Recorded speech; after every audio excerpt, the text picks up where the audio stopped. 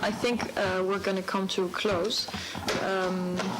I think what you just said about Michael Jackson and Iran sparked a thought with me, particularly because I'm one of those people who continues to focus attention on human rights in Iran, which I think have been pushed to the back burner way too much in light of the debate on sanctions and the nuclear question. So I hope we can all stay focused on that. On the other hand, I think especially as politicians, we have to be aware that a new kind of leadership is needed in this digital age, in the sense that it's very easy to visualize where the majorities are. It's much more difficult to explain why you choose to defend a minority perspective nevertheless. And it becomes very attractive for politicians to follow where the biggest numbers are, because you can simply calculate where the win is. But a democracy is only as strong as the extent to which it defends minorities. And I encourage everybody on the web to also keep this in mind, because it can easily seem as though people do actually care more about Michael Jackson, for example, if you look at numbers. But if a few people who are well organized focus on another issue, you can actually have a huge impact. A good friend of mine who's a leader in the field of technology and democracy, called Andrew Roche, always says good organized minorities are much stronger than unorganized majorities, and we have to keep this in mind.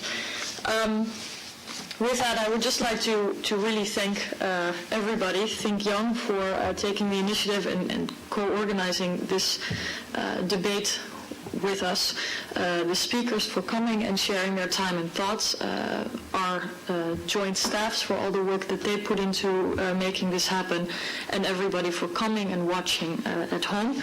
I've been very inspired. I think we've looked at how the internet can be a force for taking opportunity in defending rights and promoting peace without losing focus on the threats and the potential risks that we have to keep in mind. And perhaps in that sense, it is just like the real world, a vehicle, and people actually use this vehicle for good or for different reasons.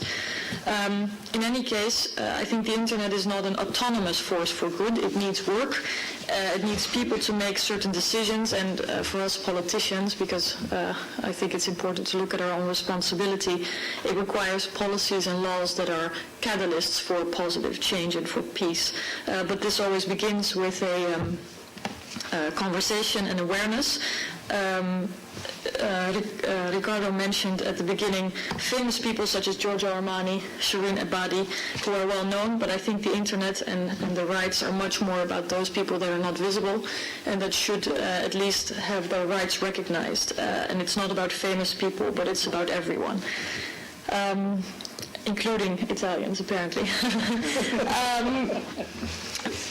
The same goes with the Nobel Peace Prize. It has not brought peace to the world. I think the prize in and of itself is an encouragement. And in that sense, I believe the internet would be a great recipient, because it would be an encouragement and an open statement that the internet should be, as much as it can be, a force for peace.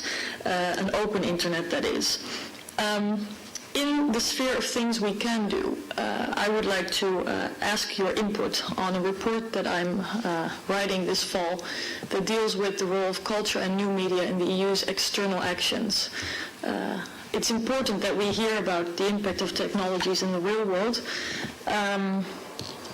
As Brett said, sometimes decisions are made and they're hardly ever reversed. But also sometimes politicians who are making decisions are not enough focused or aware of the actual impact of certain technologies on the ground, because technical knowledge is a speciality and not everyone has it.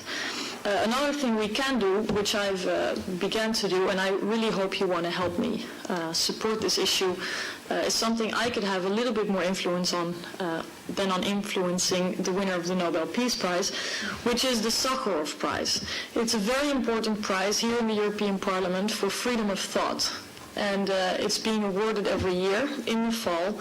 And I've nominated Access, Brett's organization, for their work in using the internet as a civil rights movement, essentially, or civil movement where everybody can contribute through sharing bandwidth, through being aware, and to make sure that those people who are behind virtual walls, who suffer from censorship, from filters, from all kinds of rights-limiting actions by repressive governments can actually communicate freely, have access to information, and are thereby helped to have their human rights respected with new technologies and the internet. So I would like to ask you to call your MEPs and send them emails, send them Twitters, and put it on Facebook. That Access is a very important candidate because it stands for an open internet, which increasingly is one right that allows for more rights: freedom of expression, development, access to information, education, and more. So thank you again, and let's stay in touch, and I hope to see you again. Thank you.